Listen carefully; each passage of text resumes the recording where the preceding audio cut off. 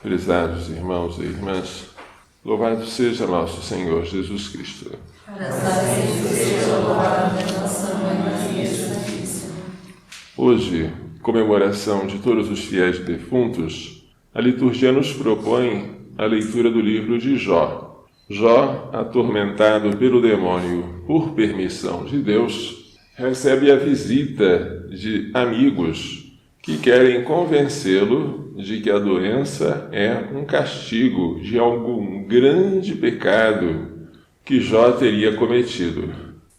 Jó toma a palavra e diz: gostaria que minhas palavras fossem escritas e gravadas numa inscrição com ponteiros de ferro e com chumbo, cravadas na rocha para sempre.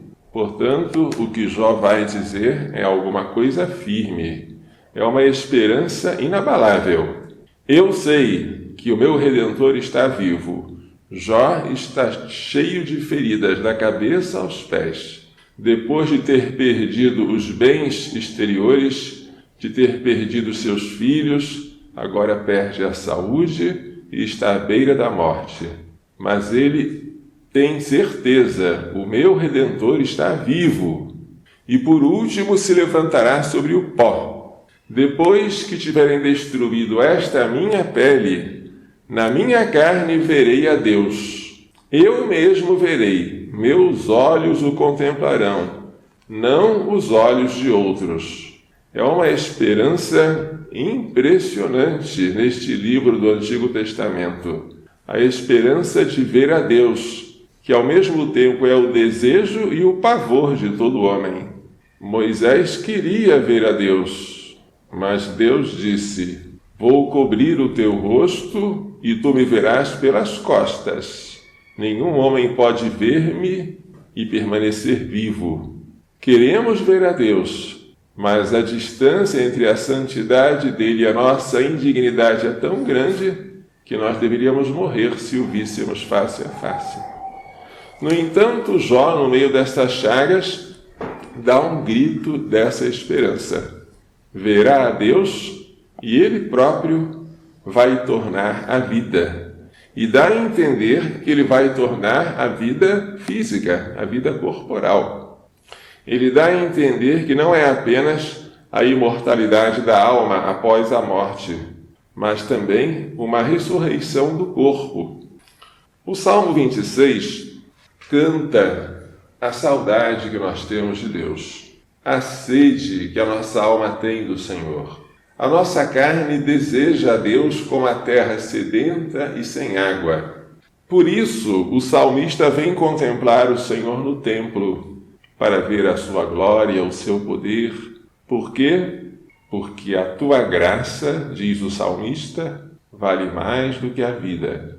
A graça de Deus vale mais do que a nossa própria vida. Por isso meus lábios vos louvam. A minha alma será saciada como em um grande banquete de festa. A minha alma se agarra em vós. Com poder vossa mão me sustenta. Enquanto estamos aqui, temos esse desejo de ver a Deus. E o salmista não encontra lugar melhor do que o Templo de Jerusalém. Lá não estava o Santíssimo Sacramento, com o seu corpo, sangue, alma e divindade. Mas estava, pelo menos, a Arca da Aliança com as tábuas da lei.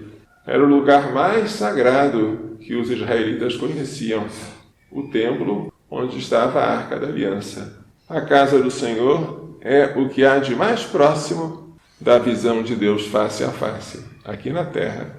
E por isso o salmista quer saborear a presença dele. A segunda leitura, tirada da carta aos Romanos, fala que a esperança nossa não decepciona. Nós esperamos e não é uma certa esperança, é uma esperança certa. A esperança não decepciona porque o amor de Deus foi derramado em nossos corações pelo Espírito Santo que nos foi dado. O Espírito Santo é o laço de amor entre o Pai e o Filho. Esse Espírito Santo foi derramado em nós. Com efeito, quando ainda éramos fracos, Cristo morreu pelos ímpios no tempo marcado. Dificilmente alguém morrerá por um justo, mas talvez ainda se encontre alguém que se anime a morrer por uma pessoa muito boa. No entanto, quem morreria por um ímpio? Quem entregaria a sua vida por um criminoso? A prova de que Deus nos ama é que Cristo morreu por nós quando nós ainda éramos pecadores. Quando nós não merecíamos outra coisa a não ser o inferno, Ele morreu em nosso favor. Quanto mais agora que estamos justificados pelo sangue de Cristo, que fomos tornados justos pelo sangue de Cristo, seremos salvos da ira por Ele. Ira aqui quer dizer castigo. Quando éramos inimigos de Deus, na época do pecado, fomos reconciliados com Ele pela morte do seu Filho. Quanto mais agora, já reconciliados, já justificados, seremos salvos pela sua vida. Tudo isso é para São Paulo motivo de esperança, esperança que não decepciona. E ainda mais, nós nos gloriamos em Deus por nosso Senhor Jesus Cristo. É por Ele que desde o tempo presente recebemos a reconciliação. Reconciliados, portanto, temos uma esperança que não decepciona, que é a esperança da imortalidade e a esperança da ressurreição. O Evangelho hoje traz um pequeno trecho do discurso de Jesus na sinagoga de Cafarnaum, em que ele fala do pão da vida. Todos os que o Pai me confia virão a mim, e os que vierem a mim eu não os afastarei, pois desci do céu não para fazer a minha vontade, mas a vontade daquele que me enviou. Para que Jesus veio ao mundo? Para obedecer e para nos dar exemplo de obediência. E a obediência dele foi até a morte, e morte de cruz. O Pai não é maior do que ele. O Pai é Deus como ele, na unidade do Espírito Santo. No entanto, ele não se envergonha de obedecer. Isto é uma lição para nós, tão orgulhosos, que não queremos obedecer àqueles que são iguais, que com custo obedecemos os superiores. E esta é a vontade daquele que me enviou, que eu não perca nenhum daqueles que me deu, mas o ressuscite no último dia. Jesus veio ao mundo para fazer a vontade do Pai, e essa vontade é que nenhum se perca. Não só seja salvo da morte eterna, do inferno, mas que também o seu corpo seja salvo no último dia.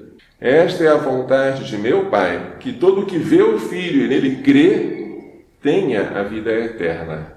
E eu o ressuscitarei no último dia. A vida eterna já é presente para quem está em estado de graça, para quem participa da natureza divina, para quem pode dizer, eu vivo, mas já não sou eu, é Cristo que vive em mim. Esse já tem a vida eterna.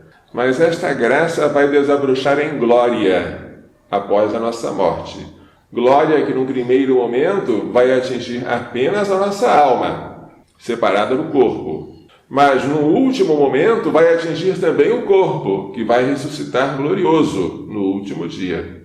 Esta é a vontade do Pai, e esta é a obediência de Jesus à vontade do Pai. Salvar-nos da morte e dar-nos a ressurreição.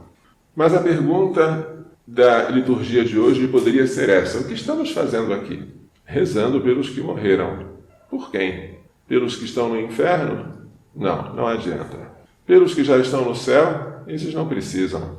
Se há uma liturgia de oração pelos mortos, é porque há mortos que não estão no inferno, nem no céu. Há mortos que morreram em estado de graça, portanto, não merecem a condenação eterna, mas conservam ainda alguma dívida, alguma pena temporal a ser expiada pelos seus pecados, já perdoados quanto à culpa. E como eles não expiaram aqui na vida terrestre, eles têm que se purificar após a morte. Esse estado de purificação após a morte, a Igreja chama com o nome de purgatório. Purgatório é uma palavra que quer dizer lugar de purificação. Se quiséssemos, poderíamos usar outra palavra, mas não podemos dizer que esse estado de purificação não existe. A Igreja, portanto, aceita o purgatório como uma verdade viva da nossa fé. O cardeal Ratzinger, antes de se tornar o Papa Bento XVI, foi entrevistado.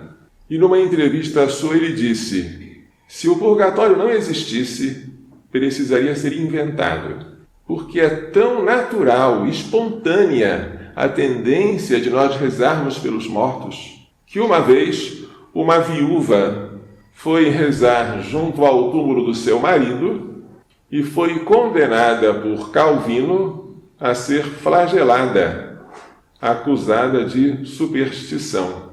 Calvino, protestante, não acreditava no purgatório e acusava de superstição quem acreditasse. Portanto, as pessoas não poderiam rezar pelos falecidos. Mas nós temos uma tendência natural a fazer isso. A gente entende que aqueles que morreram precisam estar com Deus, mas há uma distância muito grande entre a criatura e o Criador, entre a santidade de Deus e o nosso estado de santidade tão imperfeita. Por isso nós espontaneamente queremos fazer alguma coisa. No Antigo Testamento, Judas Macabeu ofereceu um sacrifício pelos soldados mortos piedosamente, sacrifício pelos pecados, que a Escritura elogia como sendo um gesto nobre, animado pela crença na ressurreição dos mortos. No Novo Testamento, Jesus diz que devemos nos reconciliar com o nosso adversário enquanto estamos a caminho, para não acontecer que o adversário nos entregue ao juiz, o juiz nos entregue ao guarda e o guarda nos coloque na prisão. Em verdade eu vos digo, dali não sairás até que tenhas pago o último centavo. Esta prisão, da qual se sai depois de pagar o último centavo, parece ser o purgatório, porque do inferno não se sai. Porque nós acreditamos que existe purificação após a morte. Hoje nós rezamos pelas almas daqueles que nos precederam, que partiram antes de nós, daqui a pouco nós vamos acompanhá-los, e pedimos que a misericórdia de Deus se estenda a eles também. Qual é o sofrimento do purgatório? É o sofrimento de quem ama a Deus, mas não pode abraçá-lo. Por quê? A criança abraça a mãe a quem ama, mas nós, se já morremos, mas conservamos algum afeto desordenado às criaturas, por menor que seja, não podemos abraçar a Deus. Temos sede dele, mas somos freados pelos nossos próprios pecados. Mas isso dói, sim. Isso faz sofrer, sim. As almas que morrem nesse estado sofrem. E quando sofrem, se purificam. E quando estiverem totalmente purificadas, podem ver a Deus. Quanto elas sofrem? O sofrimento é proporcional à dívida. Quanto tempo vão estar sofrendo? Depende de quanto elas pecaram, da gravidade dos seus pecados. E elas podem rezar por si mesmas? Não. O tempo de merecer acabou. No purgatório não há satisfação, há satispaixão. No purgatório nós não podemos fazer nenhuma obra meritória para nós mesmos. As almas do purgatório não podem mais merecer a glória eterna, ou um aumento da graça, ou o perdão dos seus pecados. O tempo de merecer já acabou. Lá o que elas podem é sofrer, e apenas sofrer. Sofrer e chorar, amargamente, olhando para trás e vendo aquela quantidade de tempo vazio, em que poderiam ter rezado e não rezaram. Poderiam ter feito boas obras e não fizeram. Poderiam ter suportado com paciência os sofrimentos e não suportaram. Poderiam ter se convertido e levaram uma vida tíbia. Este é um gosto amargo que se experimenta no purgatório. E como já não há mais ocasião para merecer, elas só podem depender de nós. Nós podemos merecer por elas. Nós podemos oferecer por elas boas obras, sacrifícios. E qual é o maior sacrifício? O sacrifício da Santa Missa, em que a vítima é o próprio Jesus, com o seu corpo e o seu sangue, e que se oferece ao Pai por nós, pelos vivos, mas também pelos falecidos. A Santa Missa é o presente maravilhoso que podemos dar pelas almas do purgatório. Qual o valor da missa? Infinito. Então, uma missa só não bastaria para tirar todas as almas do purgatório e levá-las para o céu? Em tese, sim. A missa é como uma fonte de água. Ela sozinha serve para abastecer todo mundo. Mas nem todos são abastecidos, porque nem todos vão à fonte. E os que vão nem sempre vão com um recipiente grande. Alguns vão com um copinho pequenininho e levam pouca água. Assim, aqui na Santa Missa, nós podemos beneficiar as almas do purgatório, mas o nosso coração é estreito, nosso amor é pequeno. O que nós colhemos de frutos da Santa Missa, infelizmente, não é tudo que Jesus tem a oferecer. É tudo que cabe no nosso coração. E como o nosso coração é estreito, com uma única Santa Missa nós não conseguimos libertar uma única alma totalmente dos seus pecados. Por isso, nós participamos muitas vezes da Santa Missa, pedindo por uma única alma, pedindo por várias almas, para que elas sejam livres dos seus pecados. Por isso, em cada missa, a liturgia pede pelos vivos e pelos falecidos, e não cansamos de pedir. É muito bom rezar pelas almas que estão no purgatório, mas não devemos nos conformar com o purgatório como sendo algo inevitável. A Igreja nos dá meios para expiarmos os nossos pecados já aqui na terra. Um dos meios mais eficazes são as indulgências.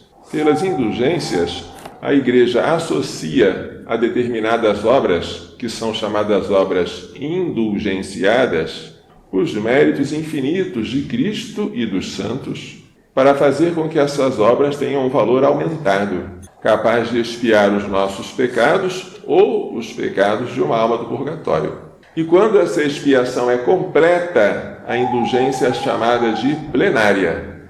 Com uma indulgência plenária, nós expiamos todas as penas temporais devidas aos nossos pecados, ou devidas aos pecados de uma alma do purgatório. Há inúmeras obras que a Igreja nos oferece para que obtenhamos indulgência plenária. Uma delas, entre tantas outras, é fazer meia hora de adoração ao Santíssimo Sacramento. Quem praticar esta obra com o espírito desapegado de todo pecado, mesmo venial, com a intenção de lucrar a indulgência, rezando pelo Santo Padre um Pai Nosso e uma Ave Maria, e tendo confessado e comungado, alcança a indulgência plenária. Neste dia, a indulgência plenária é concedida a quem visitar um cemitério e rezar, mesmo que só mentalmente, pelos fiéis defuntos. A indulgência de hoje é aplicável só a eles, mas seria muito bom nós pedirmos, e quem pede recebe, para não passarmos pelo purgatório.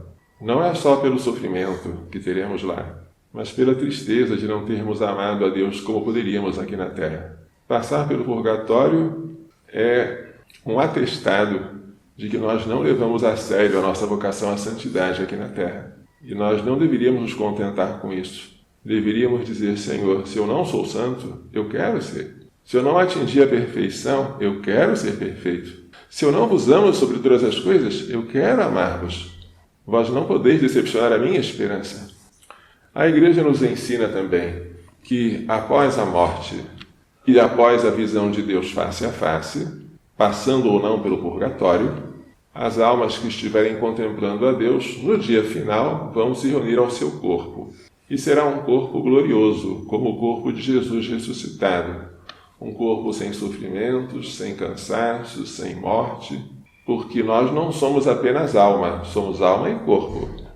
A alma deve ver a Deus, mas o corpo também deve participar da sua glória.